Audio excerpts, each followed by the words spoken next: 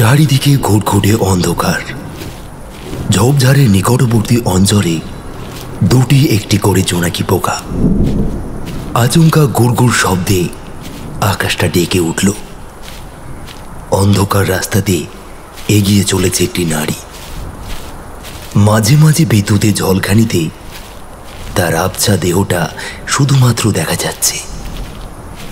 সে এগিয়ে চলেছে সামনের দিকে। কিছুটা হাঁটার পর সে গিয়ে দাঁড়ালো একটা ডোবার সামনে। তার শরীরে লেগে আছে সবুজ শ্যাওলা।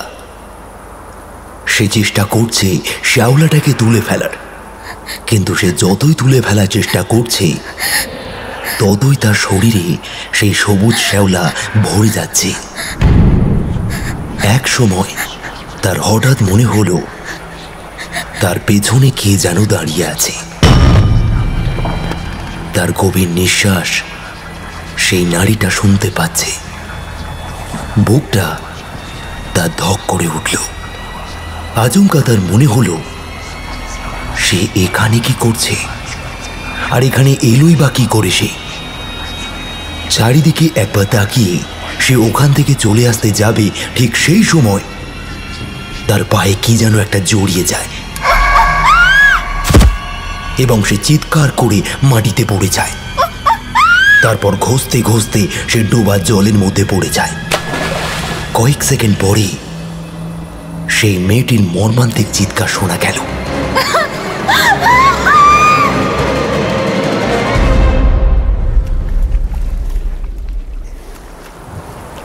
কালো আকাশের বুকে খোলা মাঠের মধ্যে একটা ডোবায় স্নান করছিল নিশিকান্ত।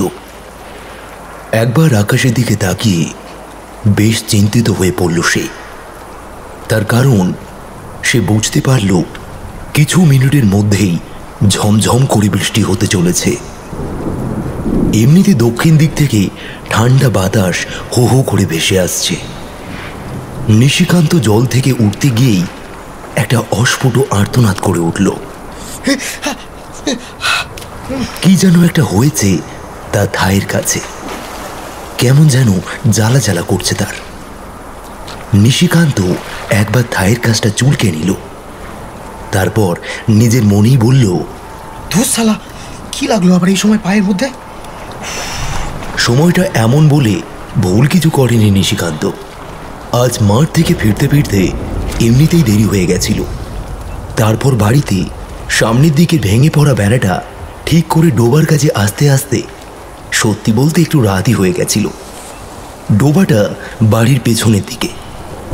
সচরাচর এই ডোবার দিকে চট করে কেউ একটা আসে না, কিন্তু এখন আবার হেঁটে দিকে পর্যন্ত যাওয়ার ইচ্ছে নিশিকান্ত ছিল না। যদিও তার বউ বলেছিল, আহা, বাড়ির পেছনেই মজা ডোবা, ওখানে লোকজন তো এমনিতেই যায় না, ওখানে যেও না তুমি। নিশিকান্ত ওসব কথা শোনে না। এটা তার নিজের গ্রাম নয়, নিশিকান্তর বউয়ের গ্রাম। নিশিকান্ত শ্বশুর মরেছে 1 শতক আগে। শাশুড়ি এই কিছুদিন হলো মরেছে। শাশুড়ি মারা গিয়েছে এই সূত্রেই ওরা এখানে আসে। আর এখন তো যাই হোক, পায়ের কাছে জ্বালাটা যেন একটু লেগেই রইল।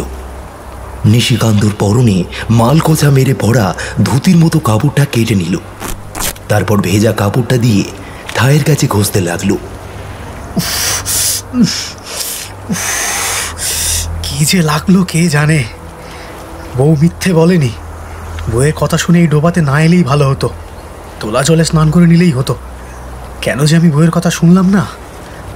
কি চুলকাচ্ছে রে বাবা। ডোবা থেকে উঠে পায়ের কাছটা ঘষতে ঘষতে নিশিকান্ত বাড়ির দাওয়ার কাছে এসে দাঁড়ায়। বালতিতে তোলা জলটা গায়ের উপর ঝপ করে ঢেলে দিয়ে তড়ি ঘড়ি করে বারান্দায় উঠে গিয়ে গা মুছতে থাকে। এদিকে ঘরের ভিতর খাবার জোগাড় করছে নিশিকান্তর বউ বৈজয়ন্তী।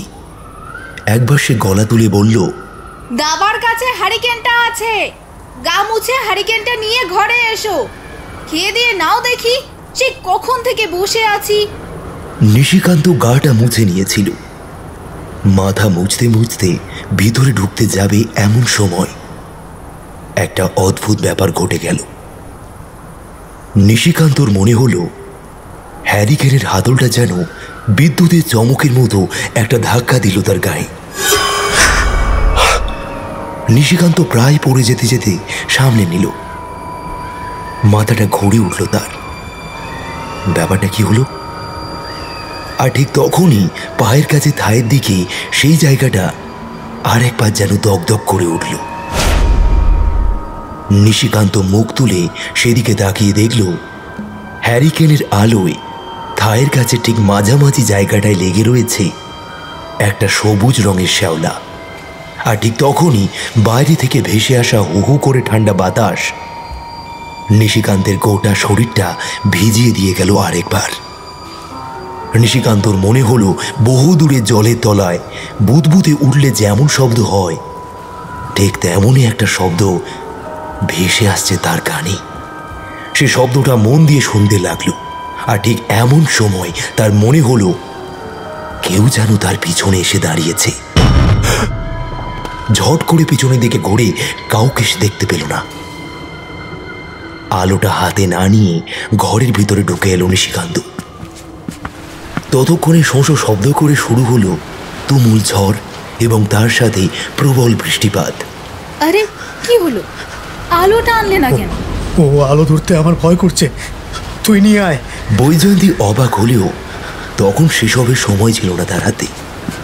বাইরে গিয়ে আলোটা তুলে নিয়ে ঘরের ভিতরে ঢুকতে যাবে এমন সময় সে হঠাৎ করেই দেখতে পেল ঘরের ভিতরে সাজিয়ে রাখা খাবারের থালার পাশে একটা বাটিতে ডাল ছিল। বাটির প্রান্তটা ধারালো। সেই ডালটাকে মাটির উপর ছুঁড়ে ফেলেছে নিশিকান্ত। আর সেই বাটিটা দিয়ে নিজের ধুতির এক প্রান্তটা ওপরের দিকে তুলে থায়ের কাজটা যেন বাটিটা দিয়ে কুড়ে কুড়ে তুলছে কি যেন। বৈজয়ন্তী চিৎকার করে কিছু একটা বলতে যাবে তার আগে সে দেখতে পেল ঘরের ভিতরে আধো অন্ধকারের মধ্যে নিশিকান্ত ঠিক পিছনে তার গা বরাবর ঘেঁষে একটা ছায়া মূর্তি বসে রয়েছে। বৈজয়ন্তীর বুকটা ধক করে উঠল। সে একবার ভালো করে দেখল, না কোথাও তো কিছু নেই। কিন্তু নিশিকান্ত তখনও নিজের পায়ের কাজটা চুলকে চলেছে আর আস্তে আস্তে বিড়বিড় করে বলছে, চলে যা, চলে যা বলছি, চলে যা, চলে যা, চলে যা বলছি, চলে যা, দূরে যা, আমার শরীর থেকে চলে যা, চলে যা, চলে যা, চলে যা, চলে যা, চলে যা, চলে যা। একটা অদ্ভুত আশঙ্কাতে বৈজয়ন্তীর গোটা শরীর মুহূর্তের মধ্যে হেম করে দিল। কি হলো? হঠাৎ নিশিকান্ত অমন করছে কেন? পায়ের ওখানে তো কিছুই নেই। তাহলে বৈজয়ন্তী কিছু বলতে যাবে তার আগেই হঠাৎ করে একটা শব্দ বেরিয়ে এলো নিশিকান্তের মুখ থেকে। যা যা যা, চলে যা বলছি, চলে যা, চলে যা, আমার গায়ে থেকে চলে যা, আমার গায়ে কোথা থেকে এলো শাওলা? চলে যা, যা যা, চলে যা।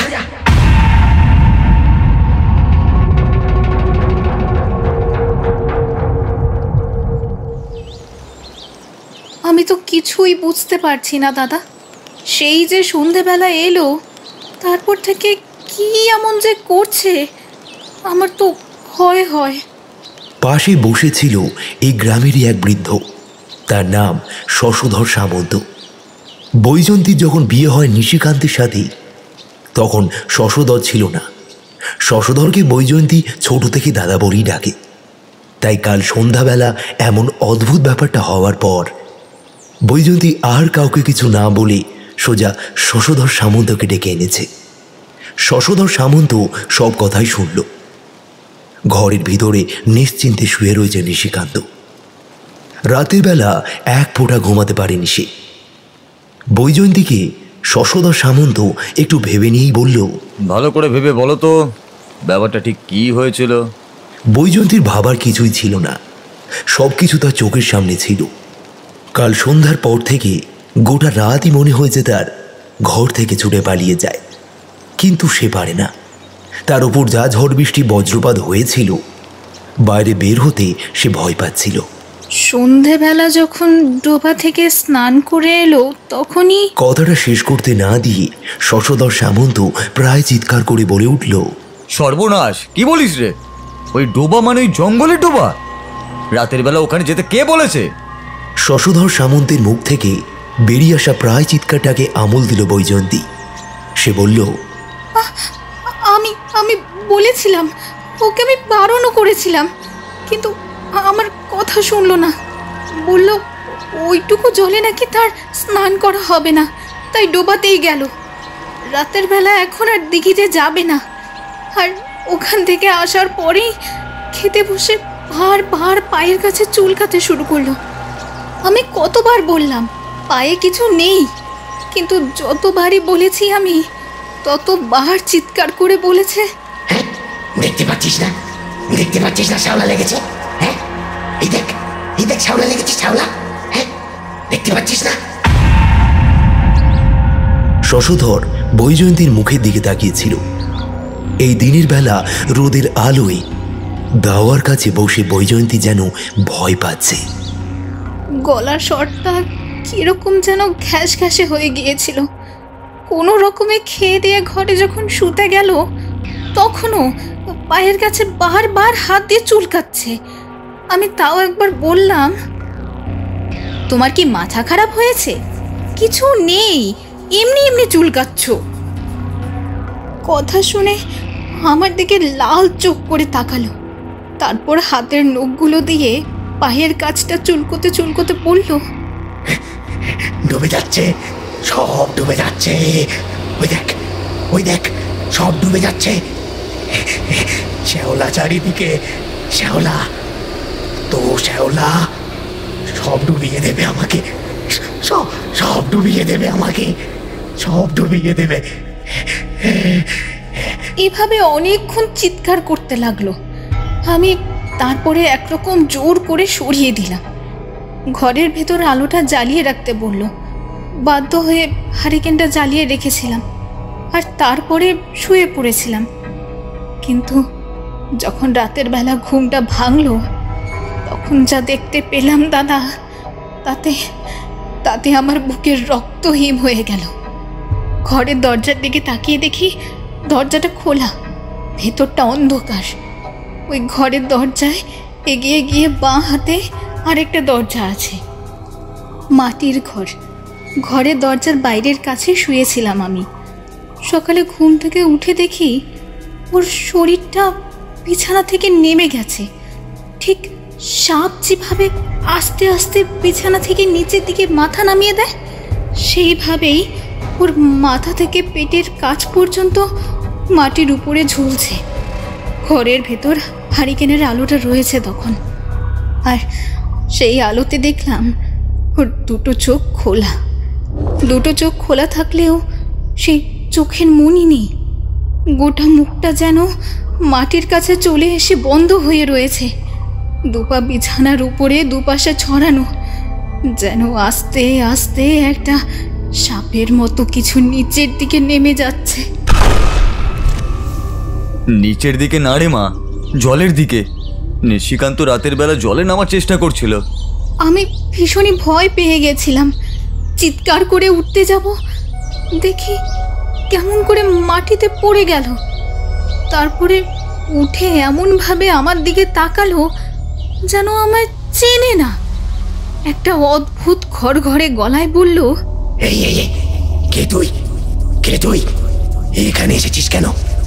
দেখছিস না, দেখছিস না শ্যাওলা ভরে গেছে চারিদিকে? শ্যাওলা, উফ উফ, কিরকম কিলবিল করছে গাটা, কিরকম কিলবিল করছে। আমি অবাক হয়ে গেলাম। চারিদিকে তাকিয়ে কোথাও কিন্তু শ্যাওলা দেখতে পেলাম না দাদা। এগিয়ে গিয়ে ওকে জড়িয়ে ধরতে গেলাম। একটা অদ্ভুত সোদা সোদা গন্ধ ওর গায়ে। জলের নিচে অনেকক্ষণ ধরে থাকলে গায়ে যেমনটা গন্ধ হয় ঠিক তেমন গন্ধ। আমি ঘুরতে যেতেই ও ছিটকে গেল ঘরের এক পাশে। হঠাৎ করে মুখের ভাবটা কেমন বদলে গেল, দু চোখটা বিস্ফারিত হয়ে গেল। চিৎকার করে বলল, বলছি ওরা আসছে, ওরা আসছে। ওই যে ওই যে ওরা আসছে ঘরের বাইরে। ওই দেখ, ওই দেখ, তুই দেখতে পাচ্ছিস না? তুই কি কানা? আমি দেখতে পাচ্ছি, তুই দেখতে পাচ্ছিস না? এমন ভাবে কথাগুলো বললো দাদা, আমি ভয় পেয়ে গেলাম। দেখি ঘরের জানলার দিকে আঙ্গুল দেখিয়েছে। ঘরের জানলার পাল্লাটা খোলা। তাকাতেই মনে হলো এতক্ষণ ধরে জানলার কাছে সত্যি কে যেন দাঁড়িয়েছিল। এই মাত্র আমি তাকাবার সঙ্গে সঙ্গে সরে গেছে। তবে সরে যাওয়ার আগে এক মুহূর্তের জন্য তাকে আমি দেখতে পেয়েছি, শুধু অতটা ভালোভাবে বুঝতে পারিনি। গিয়ে দেখি আবার সেই থাইয়ের কাছে জায়গাটা নখ দিয়ে আঁচড়াতে শুরু করেছে, আর সেখান থেকে এখন রক্ত বেরিয়ে আসছে একটু একটু করে। মুখে বলছে, আবার আবার ওই শ্যাওলাটা, ওই শ্যাওলাটা আবার। উফ, আমি কি করি? এই শ্যাওলাটা কি হচ্ছে আমার কাটা? বৈজয়ন্তীর কথা শেষ হতেই শশধর বুঝতে পারল বিপদ যা হবার তাই হয়েছে। ওই ডোবার জলে রাতের বেলা স্নান করতে গিয়ে নিশিকান্ত তার সঙ্গে বয়ে এনেছে ওই ডোবা থেকে এক অভিশাপ। কিন্তু এবার কি করা যায়? এমন অবস্থায় তো আগে কেউ কখনো পড়েনি। ওই ডোবা থেকে অনেক বছর আগে এমন একটা ব্যাপার ঘটেছিল অবশ্য, কিন্তু তার শেষটা খুব একটা ভালো ছিল না। সে কথা বলা যাবে না বৈজয়ন্তীকে। দিনের বেলা কিছু হবে বলে তো মনে হয় না। এক কাজ কর, রাতের বেলা সন্ধ্যার সময় আমি আবার আসব। দিনের বেলা যদি ওর ঘুম ভাঙে তখন জানতে চাইবি কাল কি হয়েছিল। আর হ্যাঁ, বেশি রাগানোর দরকার নেই, বেশি কথা বলতেও যাবি না, ঠিক আছে? কি করব দাদা? বারবার শ্যাওলার কথা বলছে কেন? ঘরের মধ্যে তো কোথাও কোনো শ্যাওলা আমি দেখতে পাইনি। আর পায়ের কাছে যেখানে চুলকে চুলকে রক্ত বার করেছে সেখানেও কোনো শ্যাওলা ছিল না। সব কথা বলবো, তবে পরে বলবো। এখন তার জন্য আর মোটেই সময় নেই। আমায় একবার পাশের গ্রামে যেতে হবে। পাশের গ্রামে একজন আছে যে এই বিপদে আমাদের সাহায্য করতে পারে বলে আমার মনে হয়। বৈজয়ন্তীকে একরকম বুঝিয়ে দিয়ে শশধর সামন্ত তখনই বেরিয়ে পড়ল পাশের গ্রামের উদ্দেশ্যে। পাশের গ্রামে এক গুণিন আছে। অদ্ভুত কিছু বিপদে পড়লে সেই গুণিন গ্রামের মানুষদের সাহায্য করে। যাওয়ার আগে পই পই করে বৈজয়ন্তীকে বলে গেল সন্ধ্যার পর যেন কোনোভাবেই ঘরের দরজা জানলা খোলা না থাকে। সে রাতে না হলেও নিশ্চয়ই পরের দিন সকালে ফিরে আসবে।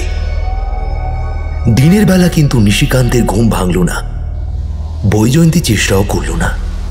নিজের কাজবাজ সব সেরে নিল।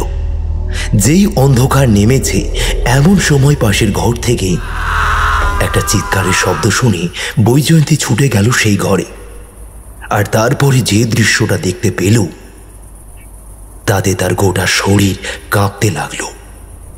নিশিকান্তের হাতে কখন যেন একটা ধারালো দা উঠে এসেছে। সেটা দিয়েই আগের দিন সকালে উঠে বাঁশের ভাড়া ঠিক করা হয়েছিল। দায়ের সামনের দিকে ধারালো অংশ দিয়ে নিজেই নিজে থায়ের কাছে মাংস খুঁড়তে লাগলো।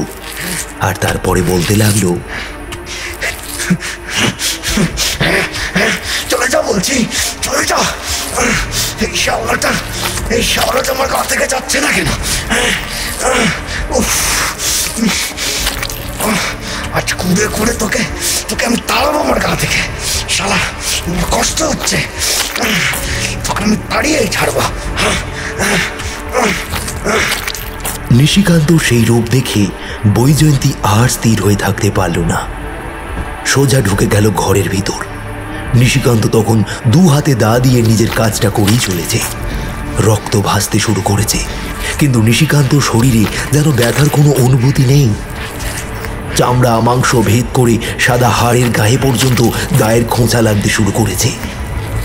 বৈজয়ন্তী ছুটে গিয়ে তার হাত থেকে দাটা কেড়ে নেওয়ার সঙ্গে সঙ্গেই নিশিকান্ত মুখ তুলে তাকালো। তার চোখ লাল, মুখ থেকে লালা ঝরছে। সে চিৎকার করে বলল, বেরিয়ে যা এখান থেকে, বেরিয়ে যা। আর দয়া করে ওটা আমায় দিয়ে যা। তোরা সবাই মিলে আমায় মারতে চাস। এই দেখ, এই দেখ, এখানেও শ্যাওলা লেগেছে। তুই দেখতে পাচ্ছিস না, তুই একদম দেখতে পাচ্ছিস না। যাই হোক, তুই ডাটা দিয়ে আমায় ঘুরে ঘুরে আজ এটাকে আমি আমার শরীর থেকে বের করবই। বড্ড কষ্ট হচ্ছে আমার, বড্ড কষ্ট হচ্ছে। বৈজয়ন্তী অবাক হয়ে তাকিয়ে দেখে ঘরের ভিতর আধো অন্ধকারের মধ্যে নিশিকান্ত তার শরীরের নানান অংশ দেখাচ্ছে। তার পরনে থাকা কাপড়টা প্রায় খুলে এসেছে। নিশিকান্ত লজ্জা জ্ঞান ভুলে গেছে। নিজের পরনের কাপড়ের অংশটাকে একটা হ্যাঁচকা টানে খুলে ঠিক পেটের কাছটায় একটা জায়গায় দেখিয়ে বলল, এই শুয়োরের বাচ্চা, হ্যাঁ, তোরা কি ভেবেছিস ওই শ্যাওলা দিয়ে আমাকে মারবি? হ্যাঁ শালা, আমাকে মারতে পারবি না, পারবি না আমাকে মারতে। এক্ষুনি এই শ্যাওলা আমি গায়ে থেকে তুলে ফেলবো। হ্যাঁ, আমাকে মারা অত সহজ নয়। আমি নিশিকান্ত রে, অত সহজ নয় আমাকে মারা। এতটাই অবাক হয়ে গেছিল বৈজয়ন্তী যে কথা বলতে পারছিল না সে। শশধর সামন্ত বলেছিল ঘরের দরজা জানলা বন্ধ করে রাখতে। সে ছুটে গিয়ে সেই সময় বাইরে দরজাটা বন্ধ করে দিয়ে এলো। তখনও নিজের নখ আর আঙুল দিয়েই তলপেটের কাজটা যেন ছিঁড়তে শুরু করেছে নিশিকান্ত। হঠাৎ করে বৈজয়ন্তী বুঝতে পারল ঠিক কালকের মতোই ঝড় উঠেছে এবং কড়কড় শব্দ করে বৃষ্টি হতে আরম্ভ করেছে। কিন্তু এটা কিভাবে সম্ভব? আজ তো আকাশ পরিষ্কারই ছিল, গোল থালার মতো চাঁদও উঠেছিল। তাহলে কয়েক সেকেন্ডের মধ্যে এইরকম? আর সে ভাবতে পারছে না। ঝড়ের দাপটে তখনই জানলার পাল্লাটা দারুণ শব্দ করে খুলে গেল। বৈজয়ন্তী ঘরের ভিতরে ঢোকার সময় জানলার পাল্লার দিকে নজর দিয়ে দেখতে পেল জানলার পাল্লার কাছে একটি কালো ছায়া মতো কি যেন একটা দাঁড়িয়ে আছে। সঙ্গে সঙ্গে কোথায় যেন একটা বিকট বাজ পড়ল। বৈজয়ন্তী কেঁপে উঠল। তীব্র ঝড়ের দাপটে লণ্ডভণ্ড হয়ে যেতে লাগলো চারপাশ। বৈজয়ন্তীর মনে হলো একদোলা শ্যাওলা দিয়ে তৈরি একটা মুখ জানলার কাছে দাঁড়িয়ে আছে। পচা অদ্ভুত পাঁক পাঁক গন্ধ ছড়িয়ে পড়েছে ঘরের ভিতর। সেই শ্যাওলার মুখটার ভিতরে দুটো সাদা ফ্যাকাশে চোখ ছাড়া আর কিছুই দেখতে পেল না বৈজয়ন্তী। সেই চোখটা লাল রক্তের মতো দাউ দাউ করে চলছে। সেটা দেখে ভয় চিৎকার করে উঠল সে। নিশিকান্ত সেদিকেই হাত তোলে। তার হাত তখন ফুলে উঠেছে। হঠাৎ ঘরের এক পাশ থেকে লম্বা একটা লোহার শিক তুলে ফেলে নিশিকান্ত, আর সেই শিকটা দিয়ে নিজের তলপেটের কাছে একটা জায়গা থেকে কিছু একটা সরানোর চেষ্টা করতে গিয়ে ক্ষত তৈরি করতে থাকে। কতবার বলেছি ওদের চলে যেতে বল, চলে যেতে বল। ওদের বলছিস না কেন? কেন বলছিস না? আমি যা সহ্য করতে পারছি না। বৈজয়ন্তী আর সহ্য করতে পারে না, চিৎকার করে ছুটে যায় সামনের দিকে। তারপরে বলে, কি করছো তুমি? কোথাও কোনো শ্যাওলা নেই, তোমার গায়ে কিছু নেই, গোটা ঘরে কোথাও শ্যাওলা নেই। তুমি কেন এরকম করছো? তোর চোখের পাতা খুলে দেখ হারামজাদি, কানা তুমি। আমি বুঝতে পারছি আমার গায়ে যেন শ্যাওলা ভর্তি হয়ে যাচ্ছে, আর তুই বলছিস কিচ্ছু হয়নি, কিচ্ছু হয়নি। নিশিকান্ত তার কোনো কথাই শোনে না। হাতে শিকটা প্রাণপণে তলপেটের ভিতরে ঢোকাতে ঢোকাতে ছোট ছোট মাংসের টুকরোগুলো শরীর থেকে ফেলতে শুরু করেছে।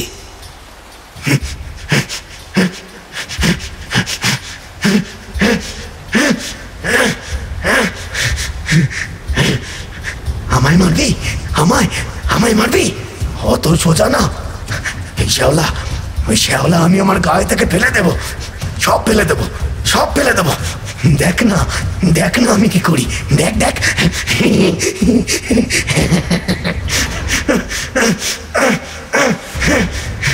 বৈজয়ন্তী একদম কাছাকাছি ছুটে চলে গিয়েছিল, কিন্তু নিশিকান্ত হঠাৎ লোহা শিকটা তুলে ধরে বৈজয়ন্তীর কপাল বরাবর চালিয়ে দেয়। এক মুহূর্তের জন্য বৈজয়ন্তী রক্ষা পেয়ে গিয়েছিল, না হলে কপালে না হোক চোখের মধ্যে গিয়ে তার ঢুকে যেতে পারত শিকটা। ঠিক তখনই ঘরের বাইরে থেকে কেউ চেনা গলায় বলল, বৈজয়ন্তী, আমি এসেছি। ওরে দরজা খোল, বাইরে আর দাঁড়ানো যাচ্ছে না, তুমুল ঝড় হচ্ছে যে। বৈজয়ন্তী যেন ধরে প্রাণ এলো। নিশিকান্তকে সেখানেই রেখে সে ছুটে যায় বাইরের দিকে। ধরপড় করে দরজা খুলতেই সে দেখে শশধর সামন্তের পাশে দাঁড়িয়ে আছে শশধর সামন্তের চেয়েও আরো বেশি বৃদ্ধ একজন লোক। বৈজয়ন্তীকে দেখে তিনি বলে ওঠেন, ঈশ্বর, মনে হয় ওর কাজ শুরু করে দিয়েছে। শশধর আর গুণিন মিলে যখন ঘরে এসে ঢোকে তখন জানলার পাল্লাটা বন্ধ। ঘরের ভিতর ঘুটঘুটে অন্ধকার। হ্যারিকেনটা হাতে নিয়ে বৈজয়ন্তী কাঁপা কাঁপা গায়ে দরজার কাছে এসে দাঁড়াতেই তারা তিনজনই সে দৃশ্যটা দেখে চমকে ওঠে। ঘরের মাটির মেঝের ওপর উপুর হয়ে শুয়ে রয়েছে নিশিকান্ত। গোটা শরীর থেকে রক্ত বেরিয়ে পড়েছে, কিন্তু সে বিড়বিড় করে কি যেন একটা বলছে, আর সেই হাতে দা দিয়ে নিজের গালের কাছার আলগা মাংসটা একটু একটু করে কাটার চেষ্টা করছে। দেখেছেন কি হয়েছে? দেখেছেন? আপনি কিছু একটা করুন। যেভাবে ধরেছে তাতে 24 ঘন্টা সময় পেরিয়ে গেছে। তবে ওকে এখান থেকে বার করাটা সহজ হবে না, তবুও আমি চেষ্টা করছি। কথাটা বলে গুণেন ঘরের ভিতরে ঢুকল। আর ঠিক তখনই নিশিকান্ত শরীরটা যেন হঠাৎ করেই মেঝেতে উঠে বসে পড়ল। ঘরের মেঝের ওপরে নিশিকান্ত শরীর সম্পূর্ণ উলঙ্গ। গোটা শরীর থেকে রক্তের ধারা বেরিয়ে মেঝে ভিজিয়ে দিয়েছে। একটা লোহার শিক তার এক পাশে রাখা, আর অন্য হাতে রয়েছে দা। সে দায়ের গা থেকে রক্ত ঝরে পড়ছে। ততক্ষণে বাইরে ঝড় বৃষ্টি একটু কমেছে। প্রকৃতির তাণ্ডব কিছুটা হলেও কম মনে হচ্ছে এখন। আবার এসেছিস তুই, আবার এসেছিস। বলেছিলাম ওই শ্যাওলা নিয়ে যা, শ্যাওলা নিয়ে যা এখান থেকে। আমার শরীরটা যে কি হচ্ছে। উফ, শ্যাওলা নিয়ে যাওয়ার জন্যই তো আমি এখানে এসেছি। কিন্তু তুই ওকে ধরেছিস কেন? ওর শরীর থেকে বেরিয়ে যা। ওকে কষ্ট দিচ্ছিস কেন শুধু শুধু? বাইরে দাঁড়িয়ে শশধর আর বৈজয়ন্তী সমস্ত ব্যাপারটা দেখেই চলেছে। গুণিন কথাগুলো যেন আস্তে আস্তে বলে চলেছে। নিশিকান্ত মাথাটা নিচু করে রয়েছে। তার একটা গাল থেকে রক্ত বেরোচ্ছে, চোখের মনি নেই। গুণিন আস্তে আস্তে ঘরের ভিতরে ঢুকতে ঢুকতে একবার জানলার দিকে তাকালো। তারপর আবার নিশিকান্তের দিকে তাকিয়ে আস্তে আস্তে বলল, কষ্ট হচ্ছে, বড় কষ্ট হচ্ছে। শ্যাওলা একেবারে চাপা পড়ে গেছে সবকিছু। এবার মুখ তুলল নিশিকান্ত।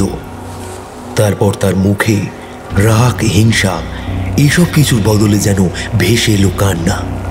সবাইকে ডুবিয়ে দিয়েছে। শালা শালা শ্যাওলা ভরে যাচ্ছে সব দিকে। তুই দেখতে পাচ্ছিস না? ওর মতো তুইও কি কানা হয়ে গেলি নাকি রে? এই তো চলে এসেছি আমি। সবাইকে বাঁচাবো, চিন্তা করিস না। কিন্তু ওকে ছেড়ে দে। ও তো কোনো ক্ষতি করেনি তোদের। কিরে কোনো ক্ষতি করেছে? ওর মতো কেউ তো করেছিল। ওর মতোই পুরুষ মানুষ তো ক্ষতি করেছিল। কেউ বাঁচায়নি। যাবো না, ছাড়বো না ওকে আমি। এই শ্যাওলা আমার গা থেকে যতক্ষণ না উঠবে ততক্ষণ কাউকে ছাড়বো না, কাউকে না। কথাটা বলার সঙ্গে সঙ্গে নিশিকান্ত তার হাতে সেই দাটা নিয়ে এগিয়ে গেল সামনের দিকে। শশধর আর বৈজয়ন্তী প্রায় রুদ্ধশ্বাসে চিৎকার করতেই যাচ্ছিল। ওরা হয়তো ভেবেছিল নিশিকান্ত হয়তো গুণিনকে আক্রমণ করবে, কিন্তু নিশিকান্ত সেটা করল না। দাটা তুলে নিজের ডান গাল বরাবর একবার কোপ বসিয়ে দিল। বাইরে থেকে বৈজয়ন্তী প্রায় চিৎকার করে উঠল।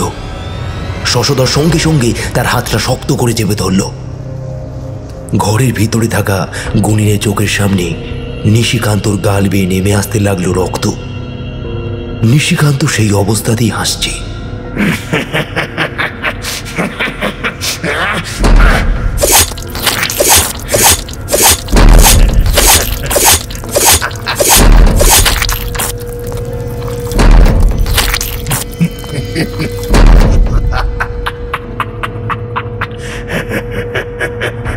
তার গালের উপর গেঁথে রয়েছে ধারালো দাটা। তারপরে রক্ত আর খানিকটা মাংস নিয়ে দাটা আস্তে আস্তে নেমে এলো নিচের দিকে। তুই ওকে ছাড়বি না কিছুতেই? কে রে, বল। ওকে আমি কিছুতেই ছাড়বো না। সব শ্যাওলা না সরানো পর্যন্ত ওকে আমি কিছুতেই ছাড়বো না। এইরকম ভাবে একের পর এক কূপ মারতে আরম্ভ করব আমি। একের পর এক কূপ মারবো।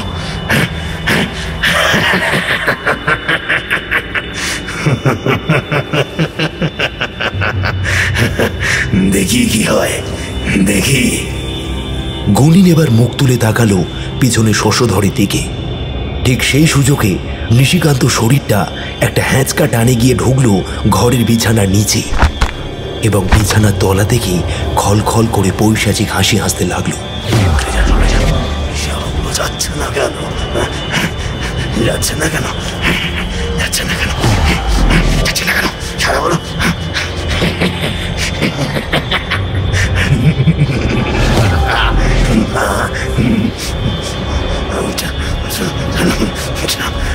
যাচ্ছে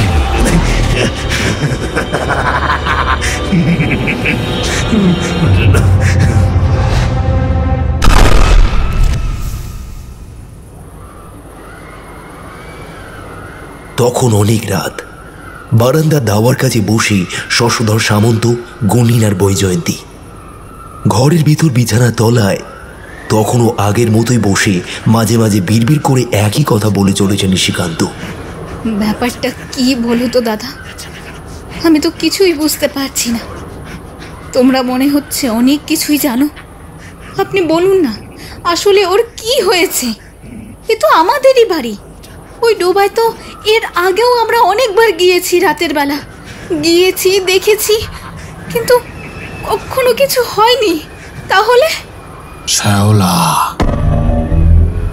ওই ডোবায় রাতের বেলা স্নান করতে গিয়ে কোনোভাবে শ্যাওলা উঠে এসেছিল ওর গায়ে, আর তাতেই।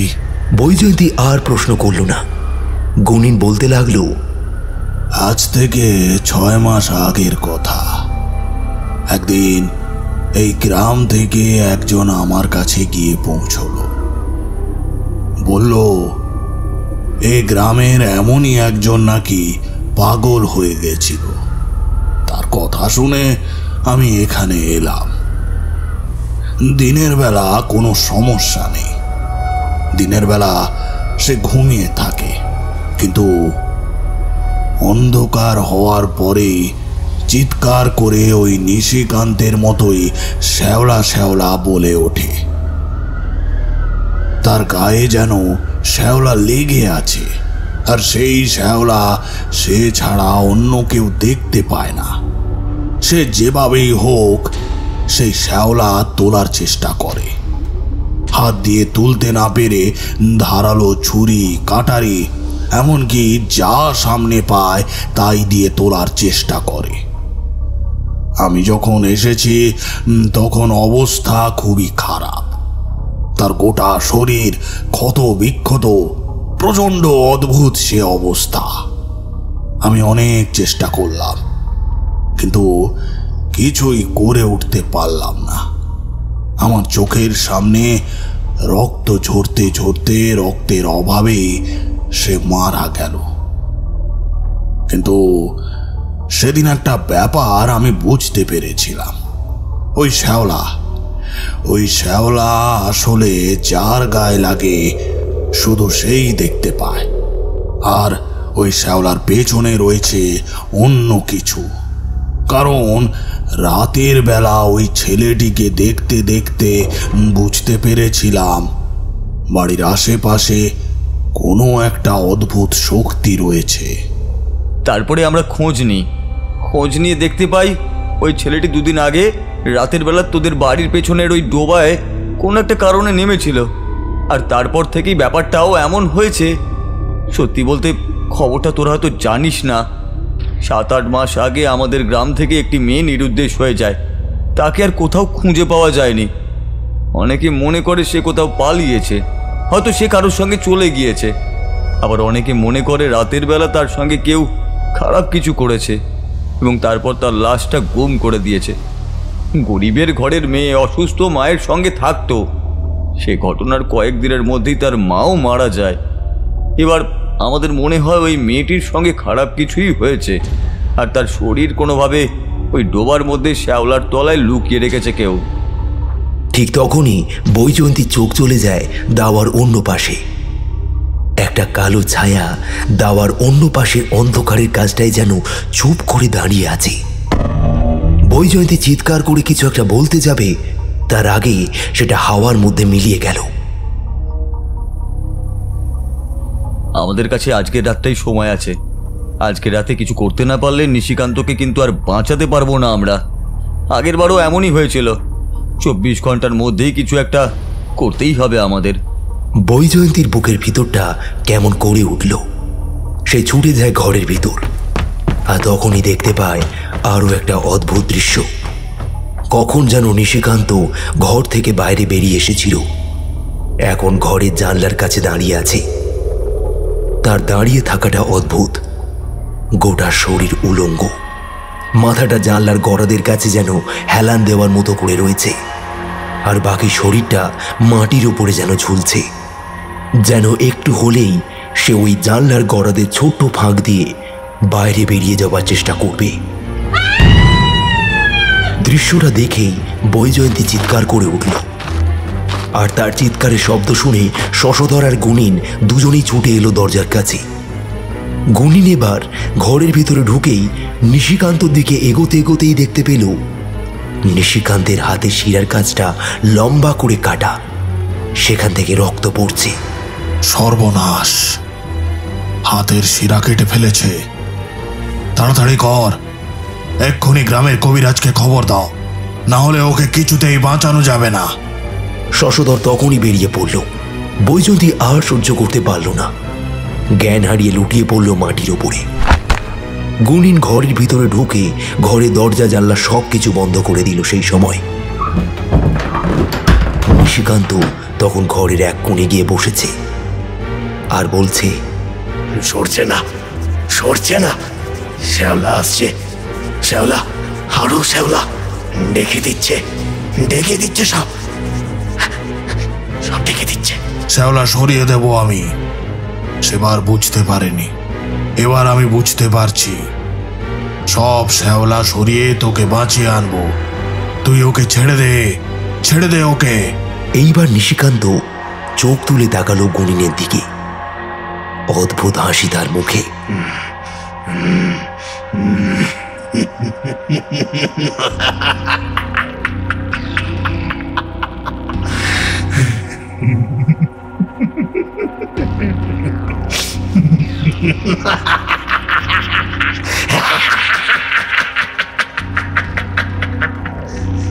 রক্তাক্ত মুখে মণিহীন চোখে অমন হাসি দেখে যে কারোর বুকের ভিতর রক্ত হিম হয়ে যাবে। হ্যারিকেনের আলোয় গুণিন দৃশ্যটা দেখেও চুপ করে রইল। নিশিকান্ত আস্তে আস্তে বলল, ঠিক পারবি তো? পারবি তো শ্যাওলা সরিয়ে দিতে? পারবি তো? না হলে কিন্তু আবার আবার ওই শ্যাওলা আমার গায়ে আসবে, আবার আসবে। ঠিক পারবো। তাহলে রাতের বেলায় আমার শরীর থেকে শ্যাওলাগুলো সরিয়ে দিবি। ওই ডোবার জলে যেখানে আশ্যাওড়া গাছটা আছে, সেই দিকে এই জলের তলায় শ্যাওলার মধ্যে আমার ওপর শ্যাওলা জমে আছে, সরিয়ে দিবি আজ রাতে। গুণিন সম্মতি জানাতেই সেখানে কি একটা যেন হলো।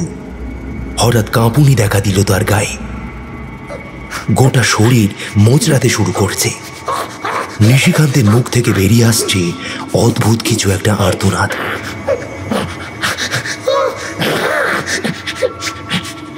তারপরে নিশিকান্তর শরীরটা থেমে গেল, আর একটা দমকা হাওয়ায় ভেঙে পড়ল নিচের দিকে। গুণিন ছুটে গেল সামনে, বুঝতে পারল এখনো নাড়ি চলছে তার। নিঃশ্বাস পড়ছে।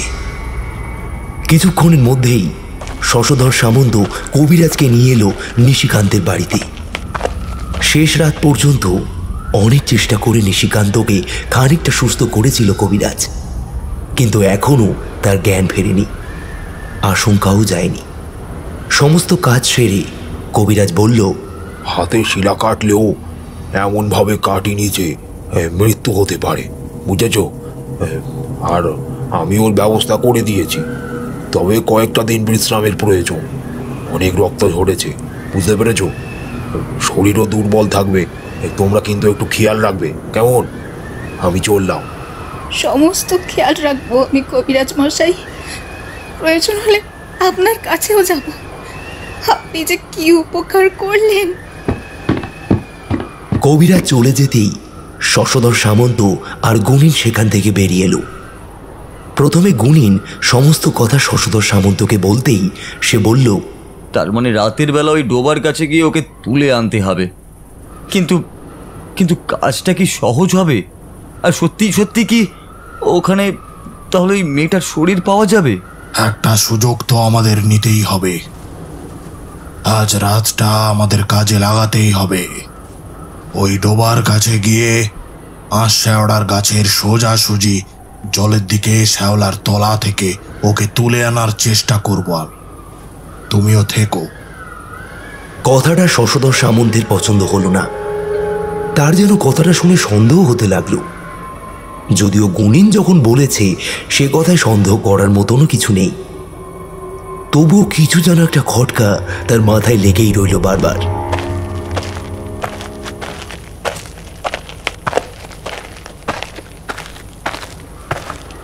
শশধর সামন্ত আর গুণিন ডোবার কাছে আশ্যাওড়া গাছের তলায় এসে দাঁড়িয়েছে।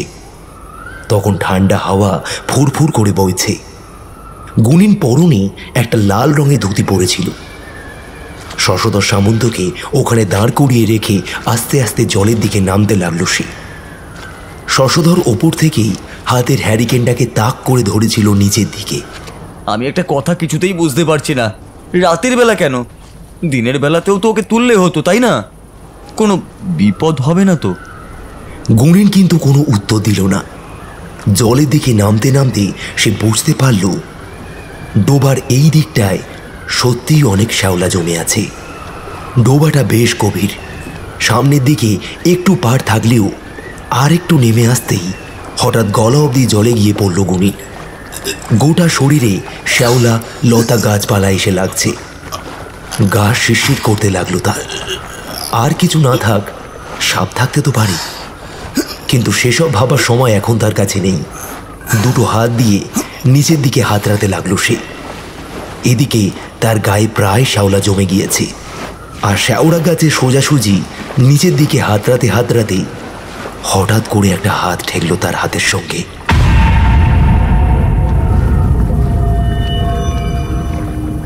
গুণিন চমকে উঠল। সেটাকে আস্তে আস্তে ওপরের দিকে তুলতে লাগলো। ওপরে হ্যারিকেন হাতে নিয়ে শশধর দাঁড়িয়ে আছে। হাতটাকে ধরে টানতেই হঠাৎ আর একটা হাত এসে ঠেকল। গুণিন এবার অবাক হয়ে গেল। জলের তলায় একটা বডি নেই, রয়েছে দুটো বডি। তলায় হাত দুটো ভীষণ ঠান্ডা হয়ে রয়েছে।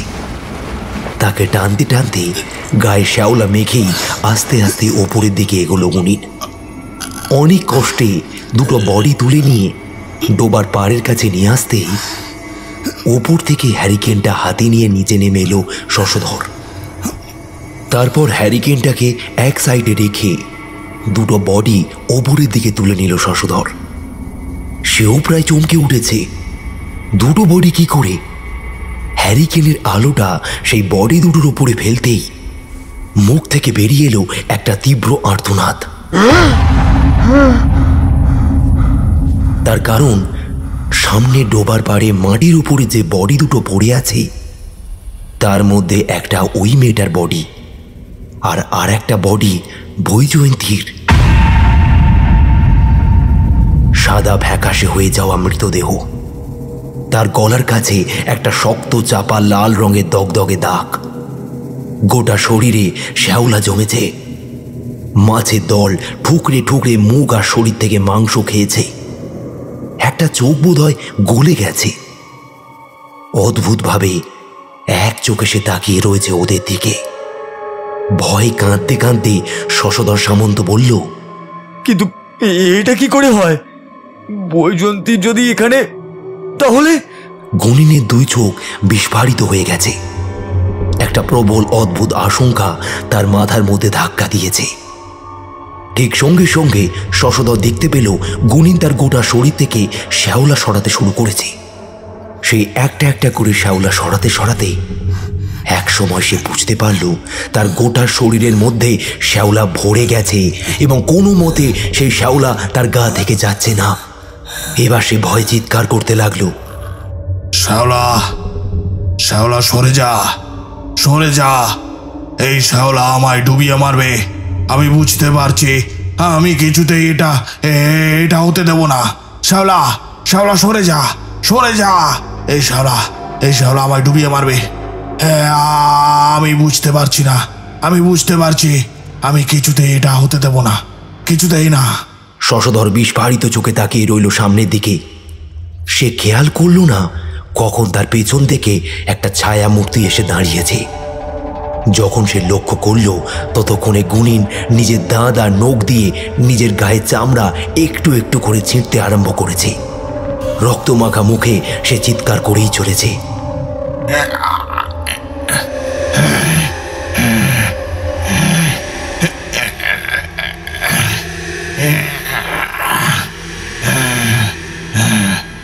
এই শ্যাওলার হাতে আমি মরবো না, আমি মরবো না।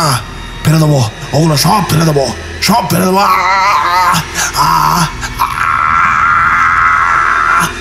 আমি কিছু হতে পারে না, আমার কিছু হতে পারে না, আমি মরবো না, আমি মরবো না।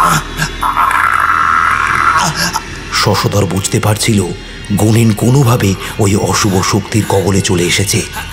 পেছনের দিকে ঘুরে চলে আসতে যাবে এমন সময় সে দেখতে পেল তার পেছনে দাঁড়িয়ে আছে একটা ছায়া। একটা শ্যাওলা দিয়ে যদি একটা মাথা তৈরি হয় তাহলে যেমন সবুজ দগদগে একটা অদ্ভুত বিভৎস মাথা হবে, ঠিক তেমনই। আর তার দুটো সাদা হলদে চোখও রয়েছে। শশধর নিজের হাতের হ্যারিকেনটা ছুঁড়ে মারতে গেল সেই ছায়া মূর্তিটার গায়ে, কিন্তু তা লাগলো না। হ্যারিকেনটা যেন বাতাসে ভেসে পিছনের দিকে ছিটকে গেল। শশধর সেই সময় দুহাত জোর করে বলল, আমায় ছেড়ে দাও, আমাকে ছেড়ে দাও, আমি কিচ্ছু করিনি, আমাকে ছেড়ে দাও। একটা অদ্ভুত হাসিতে ডোবার চারপাশটা ভরে উঠল। ঠিক তখনই শশধর দেখতে পেল একটা নয়, তার ঠিক পিছনের দিকে এসে দাঁড়িয়েছে বৈজয়ন্তী, নিশিকান্ত এবং আরও একজন। তৃতীয় জনকে সে ভালোভাবেই চেনে। আজ থেকে 6 মাস আগে এই গ্রামে ঠিক যার গায়ে শ্যাওলা ধরেছিল ওই ডোবা থেকে, এটা হলো সে। তাদের মুখে অদ্ভুত হাসি, মরা মাছের মতো দৃষ্টি, আর তাদের গোটা শরীর জুড়ে যেন ফুটে উঠেছে একটু একটু করে শ্যাওলার জঙ্গল। পিছন থেকে চিৎকার ভেসে আসছিল গুনিনের। 3টে কালো ছায়া একসাথে ফ্যাঁস ফ্যাঁসে কণ্ঠে বলে উঠল, এই শ্যাওলা থেকে আমাদের উদ্ধার কর, বের করে নিয়ে যা। এই শ্যাওলা থেকে কিলবিল করছে আমাদের গা থেকে বের করে দে। শশধর ভয়ে ঠক ঠক করে কাঁপতে আরম্ভ করল। সে পিছনের দিকে তাকিয়ে দেখল গুনিন নিজের বুকের কাছটা 2 হাতে যেন চামড়া মাংস ছিঁড়তে শুরু করেছে, আর তার সাথে সাথেই চিৎকার করছে সে।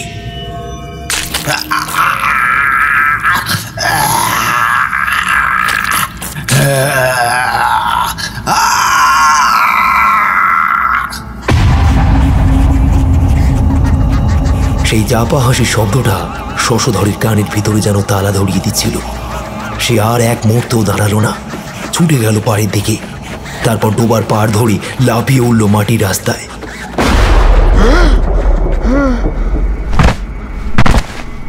সাথে সাথে ভয়ানক একটা বাজ পড়ল এবং সে মাটিতে লুটিয়ে পড়ল। কিন্তু তাড়াতাড়ি মাটি থেকে উঠে প্রাণপণে ছুটতে ছুটতে একবার পিছনের দিকে তাকিয়ে দেখেছিল শশধর, না, কোথাও কেউ নেই। এবারের মতো হয়তো সে বেঁচে গেল।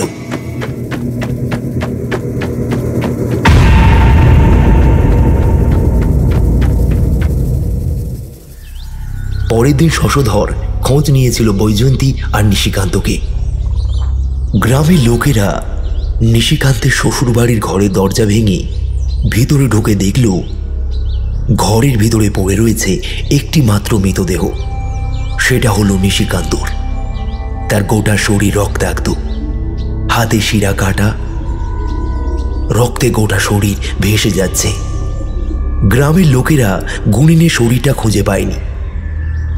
শশধরের মাথার ভিতর সবকিছু কেমন যেন এলোমেলো হয়ে গেছিল।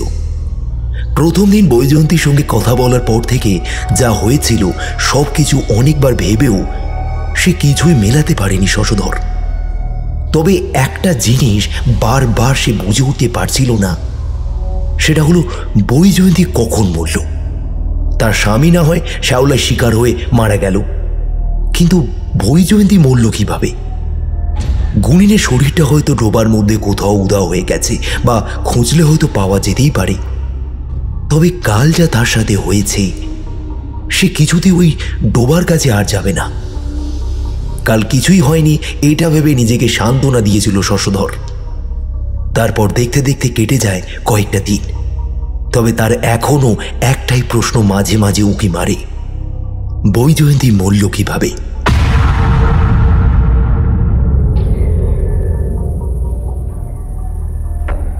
একদিন রাতের বেলা শশধর কি একটা কাজ সেরে বিছানার উপরে উঠে বসতে যাবে, এমন সময় থাইয়ের কাজটা সামান্য চুলকাতে শুরু করলো তার। প্রথমে হাত দিয়ে একবার ঘষে নেয় সে, তারপর তাও যখন চুলকুনি কমল না তখন সে পরনে ধুতিটাকে সামান্য তুলে নিয়ে থাইয়ের দিকে চোখ ফেলতেই শশধর দেখতে পায় অদ্ভুত একটা দৃশ্য। তার থাইয়ের ঠিক মাঝামাঝি জায়গায় সবুজ রঙের ছোট্ট ডগডগের শ্যাওলা লেগে আছে। হাত দিয়ে 2-3 বার সেটাকে তোলার চেষ্টা করলো সে, কিন্তু সেই শ্যাওলাটা উঠল না। তারপরে এদিক ওদিক তাকাতে তাকাতেই একটা ছুরি চোখে পড়ল তার। ছুরিটা এনে ঠিক যেভাবে আমের ছাল ছাড়ানো হয় ঠিক সেইভাবে শ্যাওলাটাকে তোলার চেষ্টা করতে লাগলো সে। আর তার সাথে সাথেই বলতে লাগলো, কিছুতেই না, এই শ্যাওলাকে কিছুতেই আমার গায়ে থাকতে দেবো না। চলে যা, চলে যা আমায় ছেড়ে। আরে আমি তো কিছুই করিনি, কেন আমার পেছনে পড়ে আছে এই শ্যাওলা? সে বুঝতে পারে না কখন তার ছুরির আঘাত শ্যাওলা ছাড়িয়ে থাইয়ের ওপরে চামড়ার মাংসের উপর পড়ে একটু একটু করে রক্ত বার হতে শুরু করেছে। একটা তীব্র চিৎকার করে উঠল শশধর।